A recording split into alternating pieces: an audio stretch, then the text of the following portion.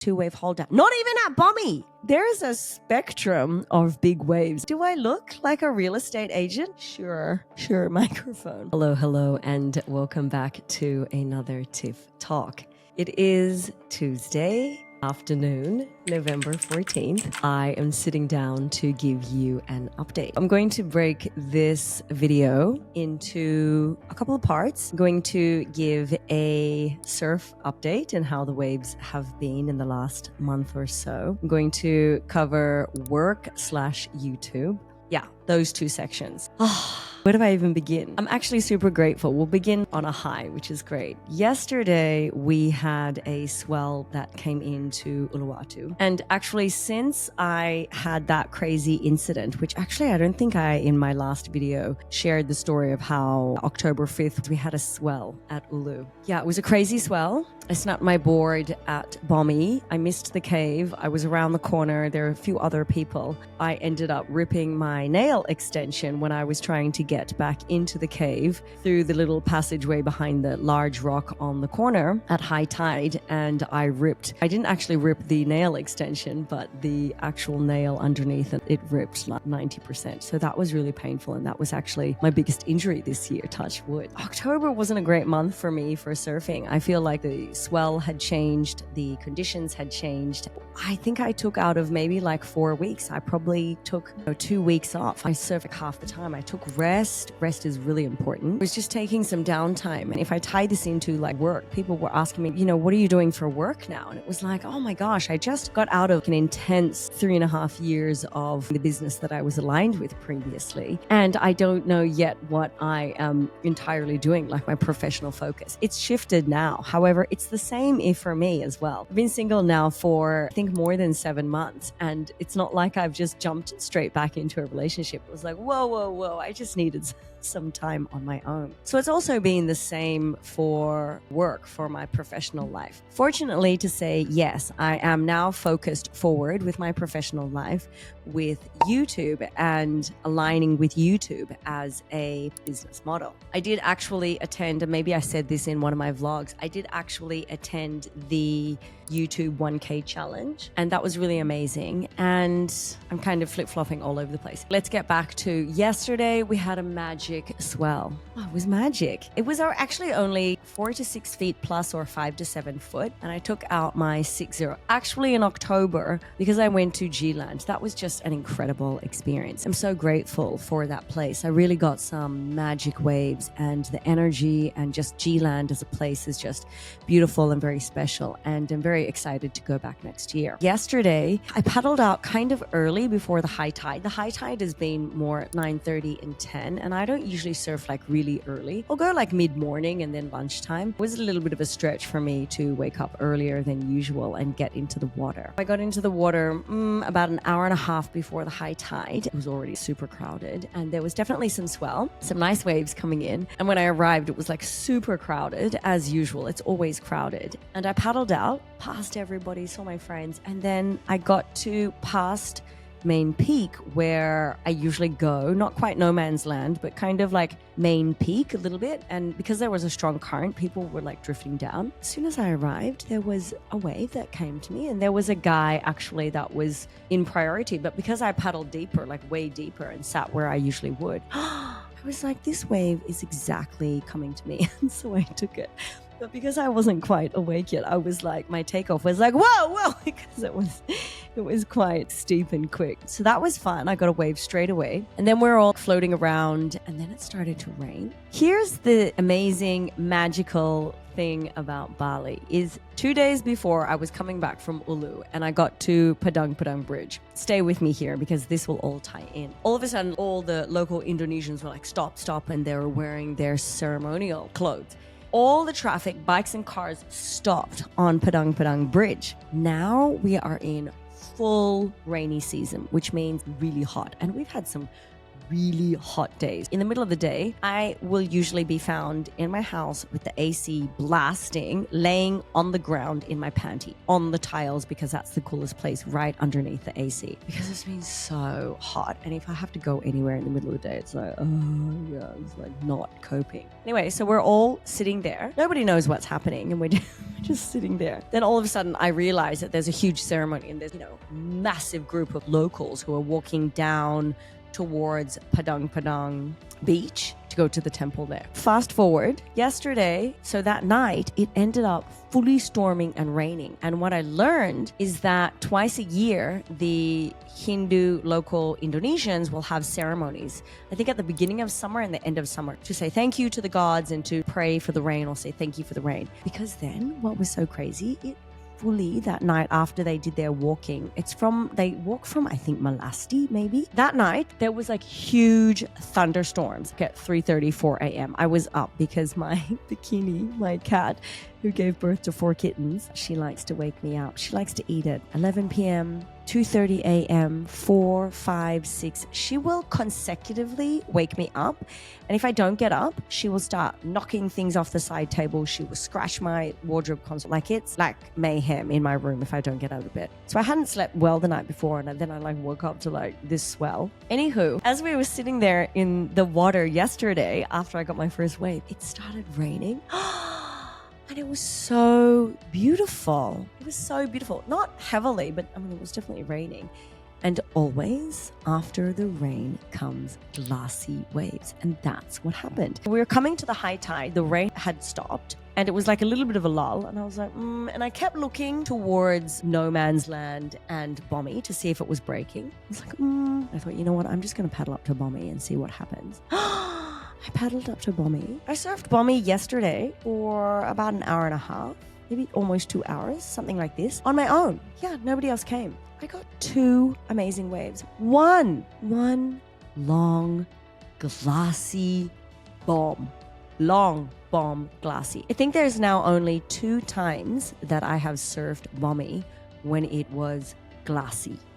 One time in, I think it was August or end of July, maybe end of July, and it was a sunset session, some size, and I got a long glassy bomb at sunset. I didn't get any footage because the photographers usually stop at 2 p.m. and I don't think anybody else got it. And then yesterday, and it was a little bit difficult because, I haven't been surfing a Bommy, obviously.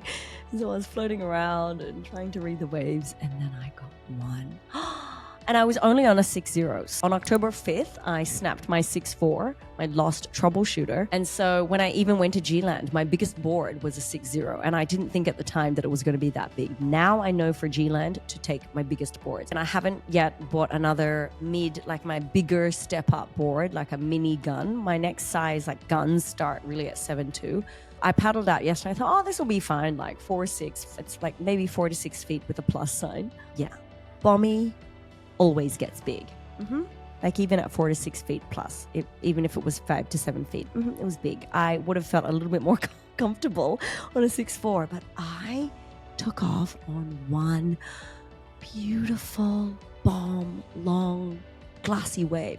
I went down, massive, drop, and I went down, bottom turn, I came up, did a turn, not all the way up, 75% up, down, I went down, then I came up, a turn, I went down, and maybe I went up, then down. It was amazing, and I fully cheered. It was so fun. But then I also did some very kooky things because I was trying to find my timing of where I needed to be. And always, one of my pro tips for surfing Bommy, something that I have learned is that, you don't really want to sit too much on the inside. Sitting deeper is always safer because if you're sitting too inside and some sets come, you're fucked.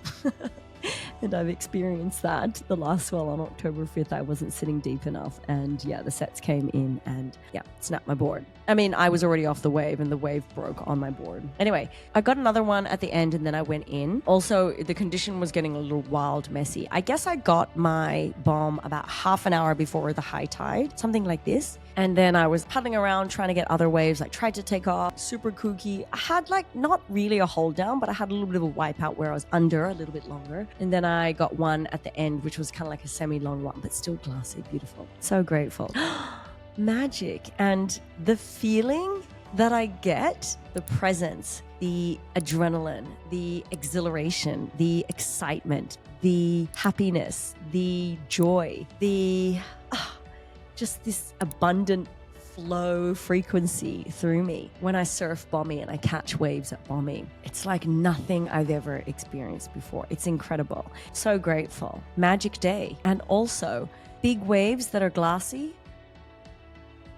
There was a swell in April and I got a wave from Main Peak and I arrived in an afternoon and I only brought my 5'1" and I arrived at Ulu, I remember. And I looked out and there were these lines coming in and I was like on my 5'1" and I was like, oh my God, I'm undergunned. Fortunately, because it was glassy, I got an amazing long wave from Main Peak. Yeah. When you have glassy waves that are big waves, long, glassy waves, it's just amazing. And only a surfer knows that. It's just amazing. Fast forward to today. I definitely was tired yesterday. Oh, and here's another thing. How incredible is it that in the last few months since I had stepped away from the previous business model, and now when I have gone to surf, not that I've surfed as much during the dry season, I really pretty much, I had a few sessions at Pandawa and I went to G-Land. I really took a break because the waves got really small at Ulu and I just wanted to rest. Because again, if you are tired, rest. If you are tired, eat well. If you are tired, sleep. These are all things. I always eat well. However, the resting and the sleeping, these are new things for me. And in the last few weeks, I've done so much resting. It's been amazing. And just yesterday as well, coming back from bigger swell. It wasn't giant at all. It was a little bit bigger. Small for Bommy. That was a small day for Bommy. there was a little bit of size, but I surfed some big waves at Bommy this year. So grateful. But I got to rest yesterday afternoon. It was amazing. It was really amazing. Anywho, today I woke up and I was a little bit tired after bigger swell. I'm a bit tired. Oh my God, today, what a contrast. The other polarity today of how Ulu was. Today I had a 2-wave hold down, not at Bommy, at Main Peak. So I paddled out and at first it was like glass. And here's the thing, if you're not surfing early, as soon as the wind comes and as soon as maybe high tide comes or it changes, the wind comes and it just changes it. I had some glassy days last week and then not so, and then yesterday was glassy. This morning, of course, before the high tide and the morning, it was glassy. I paddled out when it was still glassy, and then as the high tide push came, there were just some big sets coming through. Nothing crazy, but it was the condition. It was the wind and the current and the direction of the waves. At first, I got caught on the inside. A few sets on my head. I was like, oh my God, caught on the inside. And I was at no man's land today. Came down, went back, peak, went back to Main Peak, went back to no man's land. There was a set that came that I tried to duck dive and then I was under. I was like, okay, hold down, no problem. It's rolling, wiping out in the whitewash, and then my back touched the bottom. I was like, okay, I'm at the bottom. So I got my feet and I pushed off the reef to pop back up, to dart and shoot back up. And I was going and then I wasn't surfacing. I was like, okay, this is a little bit intense.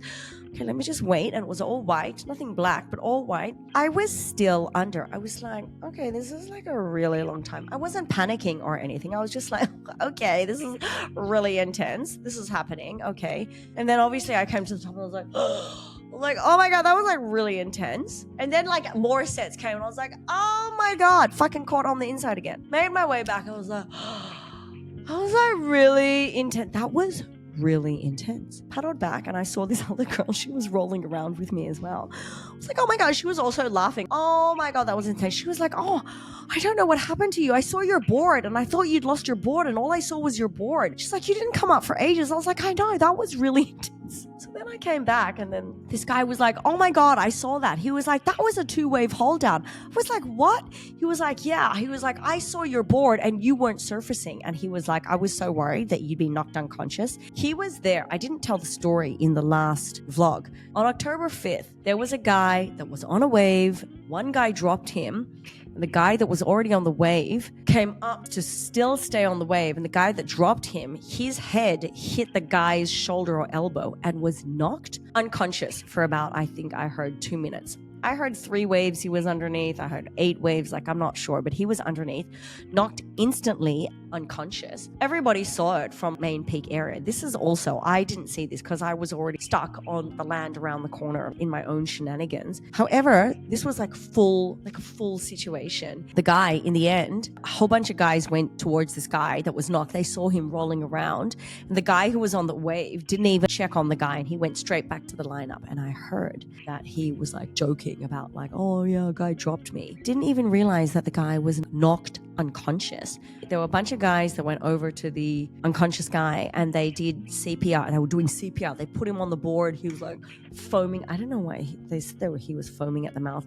They were like trying to do CPR on the board. This is all happening at high tide. And at high tide, it's like really strong energy. And that day it was 17 seconds. It was only 6 to 8 feet, but it was 17 seconds. And as the high tide came in, it was like a big push at high tide. They ended up taking him on a board. There were about maybe 3 or 4 guys all the way to Thomas Beach. And then they got him to land and then he went straight to the hospital. Fortunately, he is okay. Apparently, I heard from the guy today that he recovered 95%. His brain is fine or something. He was in hospital for a few days in a coma, still unconscious. I'm just getting chills now. Yeah, it gets really serious at Uluwatu. It gets really serious. That day it was also really busy. And here's the thing, on those bigger days, there are sometimes people who, shouldn't be out there. Like one of the 4 guys that got stuck. So what happened to me is I snapped my board, I missed the cave, and then I was around the corner.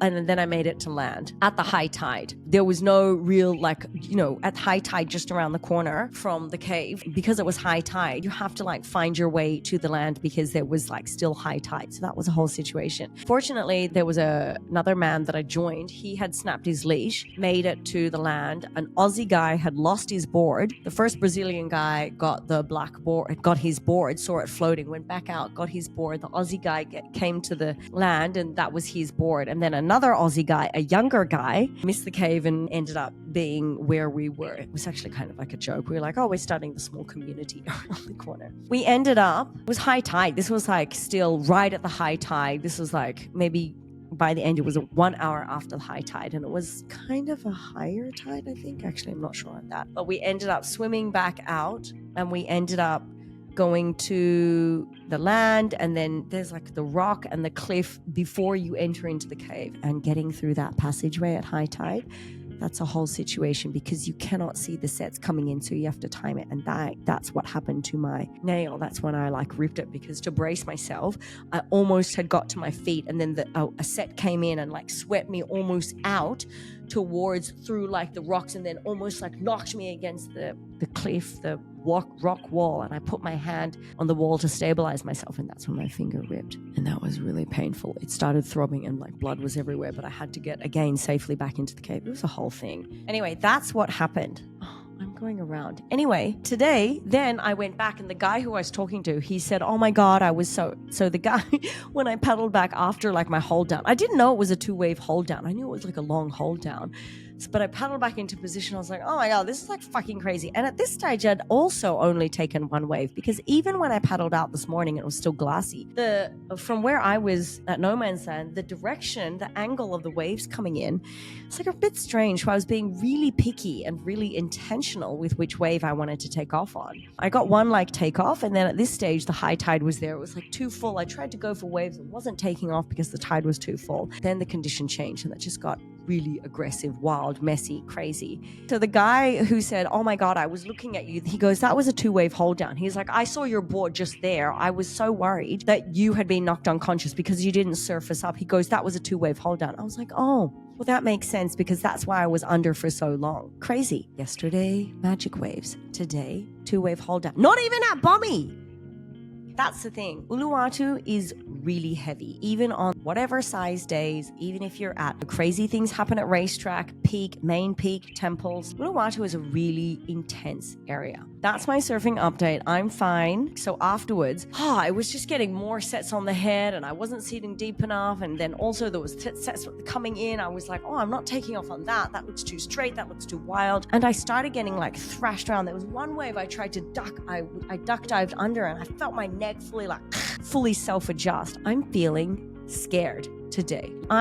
This is feeling really sketchy, really wild. Like, don't get me wrong.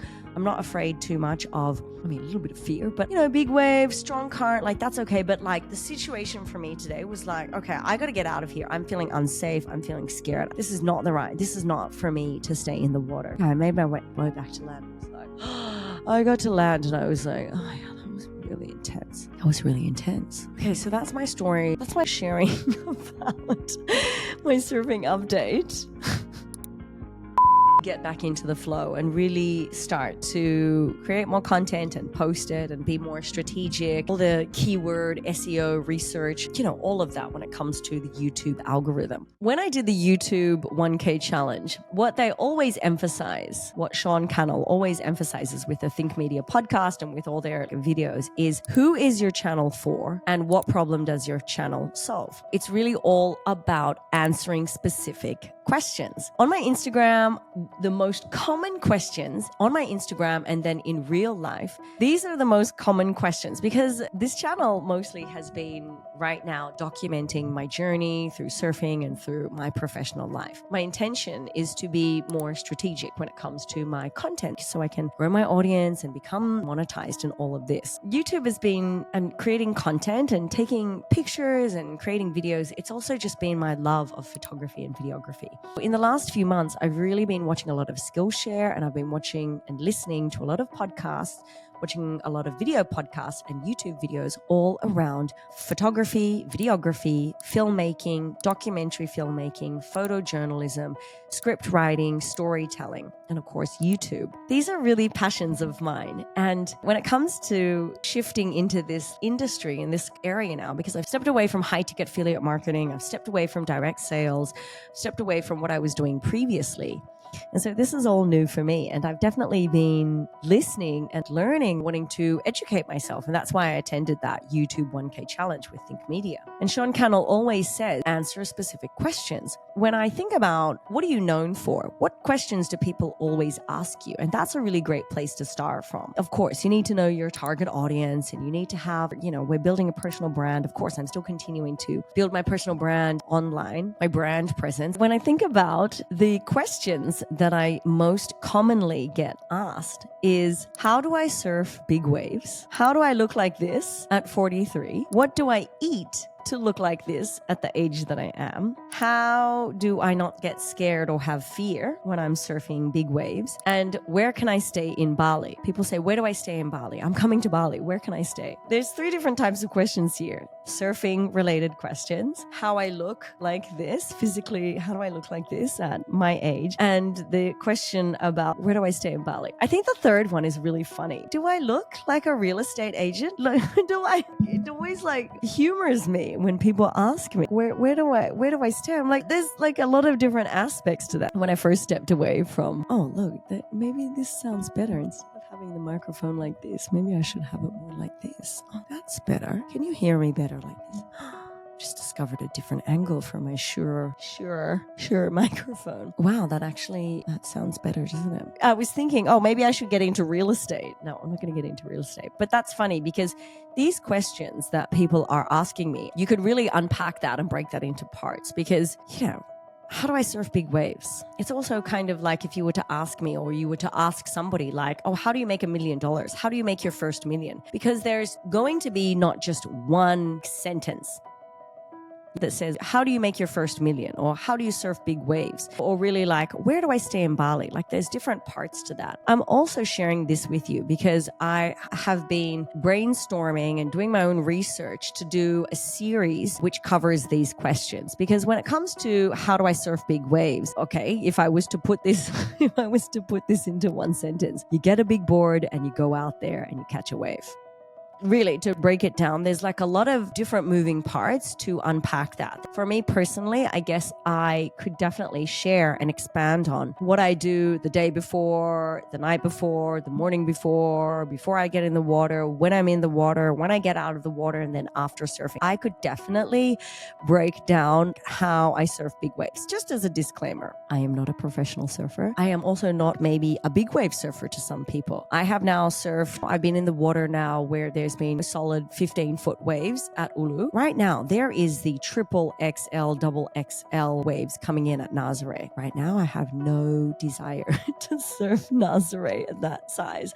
I even have no desire to surf Waimea Bay when it's, 30 foot or even like out at even Puerto Escondido, Zigatella, that wave, that looks terrifying. There is a spectrum of big waves as well. Maybe to some people, like a 2-foot wave or a 6-foot wave is big compared to somebody who might think, my friend Sylvia, who's from Brazil, and she's charged some really big waves over the years. I mean, she's surfed some really big waves. And so maybe big to her is different big to, someone else. I just want to share that because I've had my first season surfing the big swells at Uluwatu. Last year, I surfed the big swells at Balangan. And then the year before, my first dry season in Bali, I was surfing at Impossibles on all the big swells on the big days. I really only can share my experience. And this year, yes, I can only share being in the water at Ulu with the big swells. Maybe somebody who is aspiring to surf bigger waves, for me as well, I'm constantly talking to people who've got years and decades more experience than me surfing beyond 10 to 12 to 15 foot waves. And I'm so humble to listen to what they have to share when it comes to surfing bigger waves or big waves. Going to be some content. And I'm sharing this because also, if there is something that you would like me to talk about, to unpack, please share with me in the comments what you would like me to talk about, because I'm definitely here to serve my audience that I'm building here on YouTube. And I'm definitely here to open up discussions and unpack certain topics that you're aligned with and are interested in the same as me. That's why obviously, like if you're coming back to watch my videos, there might be something that you might be enjoying watching my content. And then the other thing is, when people ask me like, oh, where do I stay in Bali? Okay, Bali is like a big island. There's all different areas to stay in Bali. There's also different budgets that you can stay. You can stay super cheap, or you can go mega high-end luxury and stay in Bali. So when people say, oh, where do I stay in Bali? It's like, oh God, I know of some places, but to find accommodation, just to really unpack that, look on Airbnb, look on Expedia, look on all the travel websites. I really don't know. But to go back, yes. Also, when it comes to how do I look like this, there's different things as well, how I end up looking like this. Genetically, this is how I look, right? Like I have full blood Philippine genes. As I age, I'm always going to look like an Asian person. How do I look like this at 43? This is how I look. This is how I look. There's different ways that I could unpack that as well, what I eat. And I think my love for food, I've been sharing about food and health for a long time. I'm not a dietitian. I'm not a health coach. I'm also not a life coach. I'm not a coach of any sort. But I do like to share things on social media and even just in my everyday life. I've always been interested in health, always been interested in food. And of course, I've been almost now 7 years a vegan eating. And also in my ethical choices as a vegan, first and foremost. I was having a conversation with somebody the other day about being vegan. And for sure, yes, I'm vegan for my own health reasons. But first and foremost, and I have a video actually, I can share that actually up here somewhere about my vegan story. First and foremost, my decision to be vegan is for the treatment of animals. 100%. I will never go back to eating animals now that I know more in depth the animal industry and how animals get treated. If you don't know and you're curious, when I was starting to become vegan, I watched quite a few documentaries and all types of things on YouTube. And then I did like a study program with Cornell, the whole food plant-based. What was it called?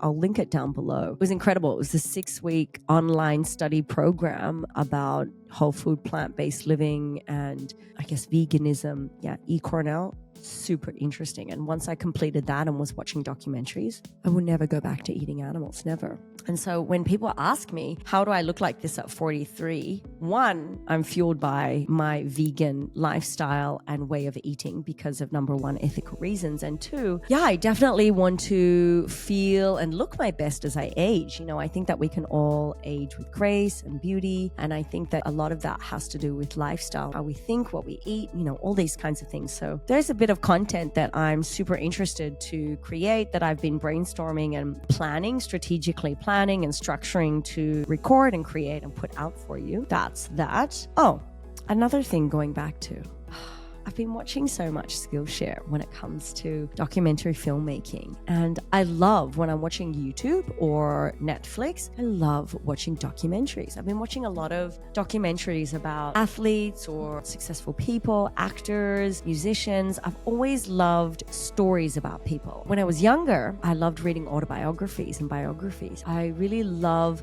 compelling stories about people because, of course, even if you're not a high-profile athlete or actor or some crazy millionaire or billionaire, I think that everybody has powerful, compelling, beautiful stories to share about their life and life experience. And so I've been watching a lot of content and trying to educate myself with how to create documentaries. And I would love to create documentaries about people. And there's a documentary that I would love to create for Bommy about this Bommy wave that has changed my life this year. And I was also watching on Skillshare about photojournalism. All these things I'm really curious about. I'm humble that there's, a lot to learn when it comes to filmmaking, documentary filmmaking, when it comes to creating videos, when it comes to photography, that this really is where my passion is. When it comes to just, let's say, editing, I actually really enjoy the editing phase, the post-production phase. I can be an editing, let me tell you, creating content and recording content like this and getting your camera out or taking a picture or filming something.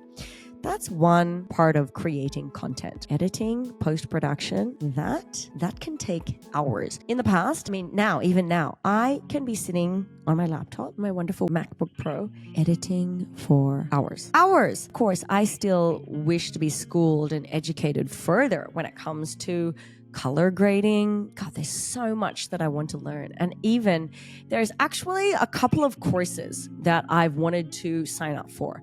One, there was an opening for, if you've heard of Lost Creator Academy. I was really interested to sign up for that, but already the applications had closed. So I'm waiting for that to open back up. There's also the Art of Documentary, the AOD, by, I've forgotten his name, and applications for that won't open until March next year. But there's also a part of me that's I want to go to film skill. Isn't that crazy? Again, I'm switching careers because that's really interesting. This is some thoughts. I'm 44 and a half years old. Already at my age, look, I know that I'm old, but I know that I'm also not young. I've lived such a full life already. I've done a lot already in my 43 years. Here's another thing. This is content I could definitely share. And I've, shared about some things about my past and things that I've done. When I think about now, stepping away from that business that I had that I was working the last 3.5 years, I've had already some big major career changes. I was an international performer. I was a dancer. I became an aerialist acrobat. I had a professional performing artist career until I was 33 years old. And then I retired from an international performing career at 33 years old. And then I switched. And then I thought at the time I was going to go into full-time teaching yoga. And I was just working a bunch of odd jobs in Sydney. I was in Sydney from 2013 to 2015, about 2 years. And I was just working in hospitality. And then from 2015 until 2020, the lockdowns, I was traveling the world teaching yoga in luxury resorts. That was very exciting. And then for the last 3.5 years, I was aligned with high-ticket affiliate marketing with direct sales. And then I've just stepped away from that. So when it was okay, I'm switching my professions again, it was where do I go from here? And here's the thing as well. I'm here in Bali, at least for the next couple of years. Am I going to be here in the next 5, 10, 15, 20 years? Likely not. I'd like to be here, of course, every dry season for the next however many years that my body works and my mind is still sharp. I'm cognitively on point, I like to say. I'm already fantasizing about, I wonder where I'll end up in the next few years. Of course, I'm here full time, mostly based here in Bali for the next few years. A few weeks ago, I was oh my gosh, am I going through a midlife crisis. Like what years is people going through a midlife crisis? Because I feel like I've already lived a full life, and maybe you can relate. Maybe you're also watching this and you're similar age to me, or you're at a similar life phase where you were, and now I'm coming out of the in-between phase and I'm moving now again towards being more professionally focused now, and obviously with YouTube as a business model. And that's what I've tried to, and I'm grateful because I've been supported by my healthy habits and spiritual practices to create that clarity for me to navigate how I'm going to move forward with my professional life. Fortunately, I've shared about a lot, and I could even share more content with this about what I really did, because when it comes down to how do I surf big waves, it's mindset. 1000% it's mindset. I have worked so strongly on my mindset this year. I'm so grateful for my mindset when it's come to stepping away from my previous model, because if my mindset wasn't strong, I think I'd be more of like a fucking disaster, trying to figure out my life. But because I'm so grateful that I've really been able to evolve when it comes to my energetics, my mindset, my frequency, when it comes to really building my self-worth and my self-confidence and really stepping into a powerful place of empowerment. So now it was just kind of like navigating where I'm going to move forward. And when it comes to surfing big waves, oh my gosh, can you even see me? I'm like now talking in between this little hello. Sorry, that was entertaining for me for a moment. Oh, that's why I would always turn it a little bit more so you could see my face.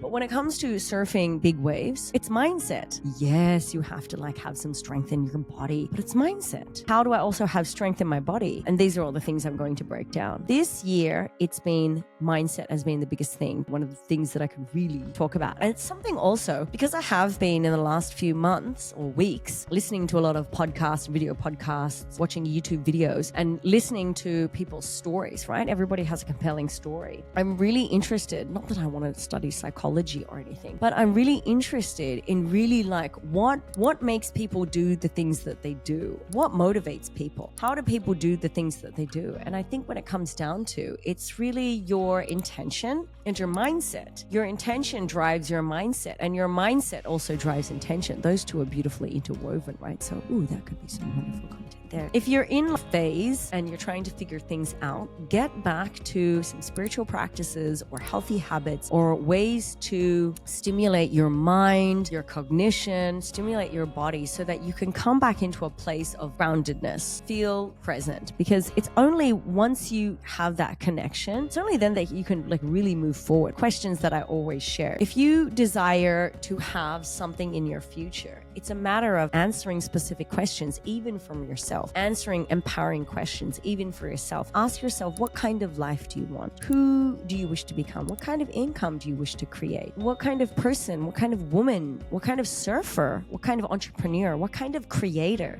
do you wish to be in the future? And then answer those questions. Start to do some inner work to really unpack, because it's only once you start to answer those questions and really get honest with yourself and come from that place, then you can really start to move forward. Yeah, I'm grateful for the questions that people ask me, and also ask myself questions to be able to now navigate myself forward professionally with surfing and when it comes to just, lifestyle. Okay, so I hope that you've enjoyed this. I would appreciate if you left me a comment. Let me know what content you like. Hit subscribe, do all those things. Do as you will. And I will see you next video. Thanks so much.